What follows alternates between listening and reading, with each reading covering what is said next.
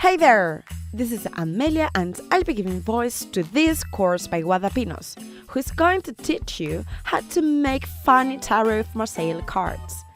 In this case, we'll be using a card theme. You'll see how fun it is!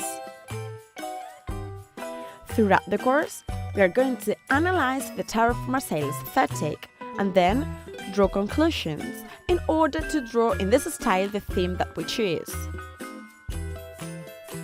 We are also going to do a brainstorming session to pick the topic we are going to represent in our cards. In our case, it will be cute cats. We're also going to study the cat's anatomy to get to know them better and adapt them to the style we want. Likewise, I'm going to help you draw the cards, ink them, and later on color them. So guys, if you like cats and tarot, this course is made just for you. Are you ready?